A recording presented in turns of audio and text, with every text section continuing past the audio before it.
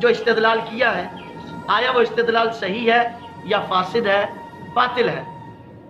تو میں یہ کہوں گا اس نے جو آدھی عبارت لے کر استدلال کیا ہے یہ استدلال سراسر فاسد بھی ہے، یہ استدلال باطل بھی ہے، اور ہم اپنی اس بات کا ثبوت قرآن مجید کی 2 آیات آپ کے سامنے پیش کریں گے کہ جس سے یہ ثابت ہو جائے گا کہ جو استدلال اس بدبخت نے کیا ہے وہ کس قدر فاسد اور باطل ہے۔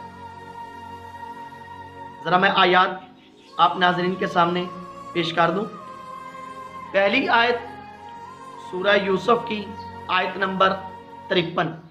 اور ایک اور بات عرض کر دوں، یہ جو آیات میں آپ کے سامنے پیش کرنے لگا ہوں بے عین ہی جس طرح مولا کی اس عبارت کا، خطبے کے اس جملے کا مفہوم ہے نا، قرآن مجید کی یہ 2 آیات بھی بالکل اسی مفہوم کی طرح ہیں، اور ادھر بھی لفظ الا آیا ہے، ادھر بھی الا آیا ہے۔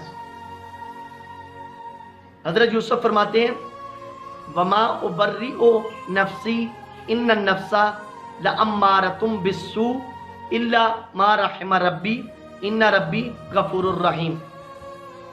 حضرت یوسف کہتے ہیں کہ میں اپنے نفس کی صفائی پیش نہیں کرتا، اس لیے کہ یہ جو نفس امارہ ہے، یہ جو نفس ہے انسان کو برائی پہ اکساتا ہے۔ پھر آگے کیا فرمایا؟ مگر یہ کہ میرا رب مجھ پر رحم کرے، اور وہ مجھ پہ رحم کرتا ہے، اور وہ مجھ پہ رحم کر رہا ہے، اس نے مجھے خطا سے محفوظ رکھا ہے۔ کیوں؟ اس لیے کہ میرا خدا، میرا رب غفور بھی ہے اور رحیم بھی ہے۔ اب اگر ہم آدھی آیت کو لیں، آدھی آیت کو لیں، اللہ سے پہلے جو آدھی آیت ہے اس کو لے لیں، اور اس سے ہم یہ استدلال کریں کہ حضرت یوسف کیا فرما رہے ہیں کہ میں اپنے نفس کی صفائی نہیں پیش کرتا، اور یہ جو نفس ہے انسان کو برائی پر ابھارتا ہے۔ صرف اتنی عبارت ہم لے لیں اور اس عبارت سے العیاذ باللہ یہ استدلال کریں کہ حضرت یوسف علیہ السلام العیاذ باللہ خطا کار ہیں، لہذا وہ معصوم نہیں ہیں۔ کیا یہ آدھی عبارت کو لے کر جو استدلال کیا جائے گا آپ اسے قبول کریں گے؟ آپ کہیں گے حضور آپ نے بات نامکمل کی ہے، بات ادھوری کی ہے، آیت کو کمپلیٹ کریں۔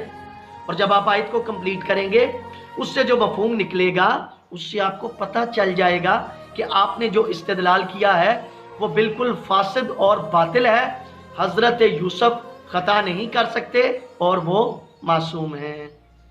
اگلی آیت پیش کرتا ہوں کہ حضرت یونس علیہ السلام انہوں نے اندھیروں میں جب اپنے خدا کو پکارا تو کیا کہا؟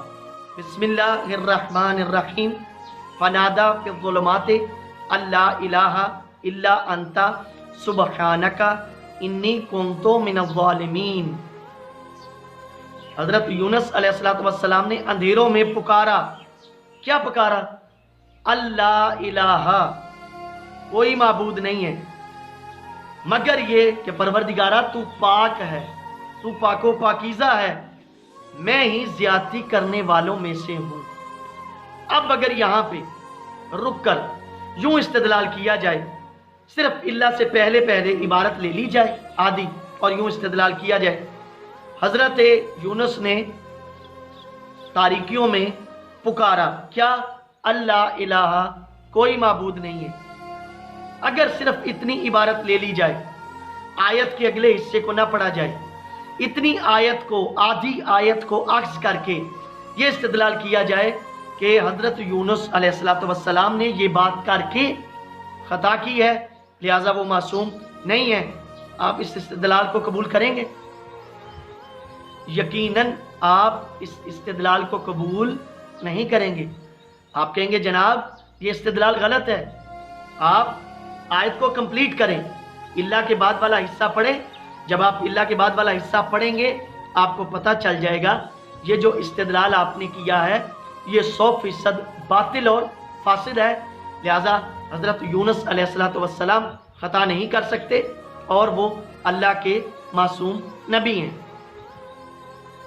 یہاں پہ رک کر میں ایک بہت بڑی بات کرنا چاہوں گا، اور بالخصوص میرا یہ خطاب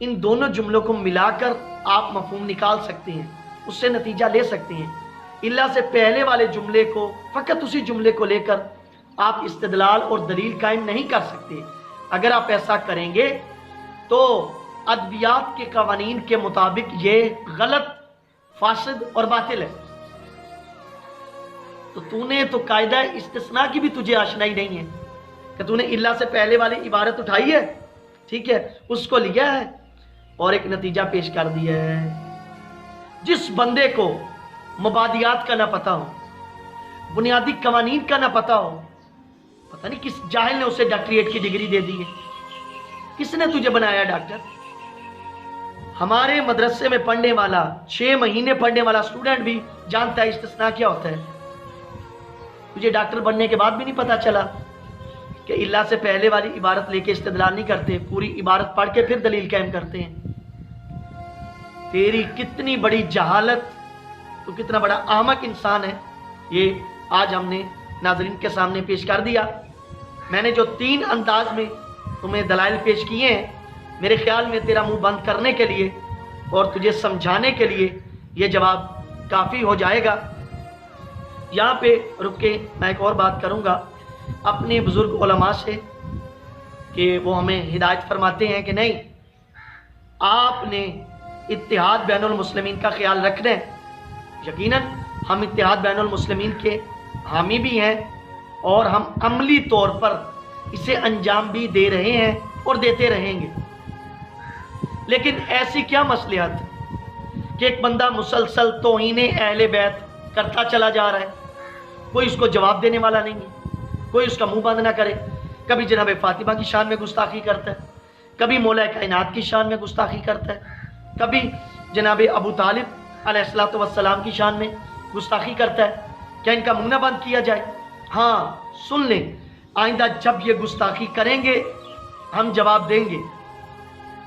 بلکہ میں اپنی وزارت عظمیٰ اور انتظامیہ سے گزارش کروں گا کہ اس ملعون کو لگام دیں اور 295 کے تحت اس کے خلاف FIR کاٹی جائے، اسے پابند سلاسل کیا جائے اور اسے ایسی سزا دی جائے کہ اسے عبرت کا نشان بنا دیا جائے، تاکہ آئندہ کسی بدبخت میں یہ جرت نہ ہو کہ وہ اہل بیت کی توہین کرے۔ اور اس کے ساتھ ساتھ میں اپنے اہل سنت علماء سے بھی گزارش کروں گا کہ اسے لگام دیں، اسے پٹا ڈالیں۔ یہ فرقہ واریت پھیلا رہا ہے، یہ انتشار پھیلا رہا ہے۔ ہم نے کبھی کسی کے مقدسات کی توہین نہیں کی۔ اب آصف جلالی تجھے بالکل آخری وارننگ، بالکل آخری وارننگ دے رہا ہوں کہ اب اگر تو نے خاندان اہل بیت کے خلاف کچھ کہا یا اہل بیت کی توہین کی یا کوئی ایسی گفتگو کی تو ایک بات یاد رکھنا، پھر ہم بھی مجبور ہو جائیں گے کہ ہم تاریخ اسلام میں موجود کچھ چہروں کی حقیقت لوگوں کو بتائیں۔ اگر تو نے اپنی اس توہین کا سلسلہ جاری رکھا تو ہم بھی کچھ لوگوں کے چہرے ناظرین کے سامنے پیش کریں گے، تاریخ اسلام سے ہم کچھ کردار اٹھائیں گے اور ان کو لوگوں کے سامنے لائیں گے۔ پھر یہ نہ کہنا کہ یہ آپ نے کیا کہہ دیا، پھر اگر آپ کی چیخیں نکلیں یا آپ اس پہ شور مچائیں تو آپ کی چیخیں اور شور قبول نہیں کیا جائے گا۔ پھر یاد رکھنا، اگر تو نے اپنی توہین کا سلسلہ، توہین اہل بیت کا سلسلہ جاری رکھا تو پھر ہم بھی ان لوگوں کے نام بتائیں گے کہ جن کے بارے میں قرآن نے کہا کہ اس وقت کو یاد کرو جب تم بلندی کی طرف چڑھتے چلے جا رہے تھے، جبکہ اللہ کا رسول تمہیں پیچھے سے آوازیں دے رہا تھا اور تم مڑ کر پیچھے بھی نہیں دیکھ رہے تھے۔ پھر ہم ان لوگوں کے نام بتائیں گے جن کو قرآن نے یہ کہا اپنی آوازوں کو نبی کی آوازوں پہ بلند نہ کرو۔ پھر ہم ان لوگوں کے نام بتائیں گے جنہیں رسول خدا اپنی محفل سے اٹھا دیا کرتے تھے۔ پھر ہم ان لوگوں کے نام بتائیں گے جنہیں طہارت کے بنیادی مسائل بھی معلوم نہیں تھے۔ پھر ہم ان لوگوں کے نام بتائیں گے کہ جب مولا علی علیہ السلام ان کے پاس قرآن مجید لے کے آئے رسول خدا صلی اللہ علیہ وآلہ وسلم کی شہادت کے بعد، اور فرمایا یہ جو قرآن سارا اکٹھا کر کے میں تمہارے پاس لے آیا ہوں، یہ وہی قرآن ہے جو رسول خدا صلی اللہ علیہ وآلہ وسلم کے سینے پہ نازل ہوا تھا۔ تو انہوں نے انکار کر دیا، یا علی ہمیں آپ کے قرآن کی ضرورت نہیں ہے۔ پھر ہم ان کے بھی نام بتائیں گے، ہاں پھر ساتھ ساتھ ہم ان کے بھی نام بتائیں گے کہ جن کو رسول اکرم صلی اللہ علیہ وآلہ وسلم نے فرمایا میرے بعد تم گمراہ نہ ہو جاؤ، آؤ تمہیں میں ہدایت کا ایک پیمانہ، ایک معیار دے جاؤں، اگر تم نے اس معیار کو اپنے پاس محفوظ کر لیا تو تم کبھی گمراہ نہیں ہوگے۔ تو کچھ لوگ بولے کہ ہمیں اللہ کی کتاب کافی ہے۔ آصف جلالی اب جو بھی گفتگو کرنا اور جو تو نے بغض علی کا جو اظہار کرنا ہے ذرا سوچ سمجھ کے کرنا، پھر ہم بھی بہت سارے نام بتائیں گے اور ضرور بتائیں گے۔ اور آصف جلالی انہی جملوں کے ساتھ اپنی بات کا اختتام کروں گا۔ تو نے اتنی بڑی زبان درازی مولا کائنات علی ابن ابی طالب علیہ السلام کی شان میں کی، اس زبان درازی سے پہلے تھوڑا تو سوچ لیا ہوتا، تھوڑا تو خیال کر لیا ہوتا کہ میں نے کس ہستی کی توہین کی ہے۔ تجھے یاد ہے جب بھی تمہارے بزرگوں کو علمی مشکلات پیش آتی تھی تو ان مشکلات کا حل پیش کرنے کے لیے ہر وقت مولا علی علیہ السلام وہاں موجود ہوتے تھے، اور جب بزرگان کی علمی مشکلات کو حل کرتے تھے تو ان کے دہن سے یہ جملے نکلتے تھے، لولا علی لہلکا، اگر علی نہ ہوتے تو میں ہلاک ہو جاتا۔ خود تو خیال کرتا جو علی تیرے بزرگوں کو علمی مشکلات ان کو حل کر کے دے رہا ہے اور ان کے مشکلات سے نکال رہا ہے، تو نے اس کی شان میں گستاخی کر دی، تھوڑا بھی نہیں سوچا۔ اور آصف جلالی ایک اور بات سنتا چلا جا، ابھی میں سوائق محرقہ کی ایک حدیث آپ ناظرین کے سامنے پیش کروں گا، پھر اس کے بعد ایک نتیجہ آپ ناظرین کے سامنے پیش کر کے اپنی بات ختم کروں گا۔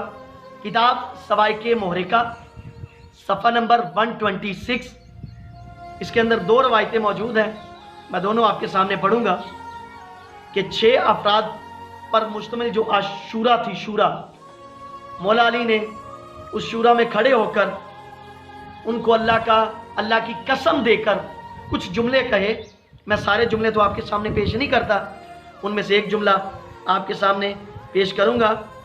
مولا علی علیہ السلام شورا میں موجود افراد سے کہتے ہیں، انشدکم باللہ حل فیکم احد قال لہ رسول اللہ صلی اللہ علیہ وسلم یا علی انت قسیم الجنت والنار یوم القیامت غیری قالوا اللہم لا۔ مولا کائنات فرماتے ہیں شورا کے لوگوں سے، بتاؤ کیا میرے علاوہ کوئی اور ہے جس کے بارے میں رسول اکرم صلی اللہ علیہ وآلہ وسلم نے یہ فرمایا ہو کہ تو جنت اور دوزخ کا تقسیم کرنے والا ہے؟ کیا میرے علاوہ کوئی ہے جس کے بارے میں یہ کہا ہو؟ تو شورا کے 6 افراد نے مل کے کہا، قالو اللہم لا، یا علی آپ کے علاوہ اور کوئی نہیں ہے، فقط آپ ہی ہیں جن کے بارے میں رسول اکرم نے فرمایا تھا کہ علی جنت اور دوزخ کو تقسیم کرنے والا ہے۔ 2 لائنیں چھوڑ کر تیسری لائن کے اوپر اسی صفحہ نمبر اگلی روایت حضرت ابو بکر کیا فرماتے ہیں، لا یجوز احد الصراط الا من کتب لہ علی الجوازا، کہ کوئی بندہ اس وقت تک پلے صراط سے نہیں گزر سکتا جب تک اس کے ہاتھ میں علی کے ہاتھ کا لکھا ہوا ٹکٹ نہیں ہوگا۔ اب سوائق محرقہ کے مطابق جنت اور دوزخ کی تقسیم کرنے والے حضرت علی، میرے مولا علی، اور پلے صراط کا ٹکٹ دینے والے میرے مولا علی۔ آصف جلالی اب میرا تجھ سے ایک سوال ہے، اور اگر تم میں ہمت ہوئی تو اس سوال کا جواب ضرور دینا، میں انتظار کروں گا کہ تیرے بزرگان کی سیرت کو مد نظر رکھتے ہوئے دنیا میں ہلاکت سے بچنے کے لیے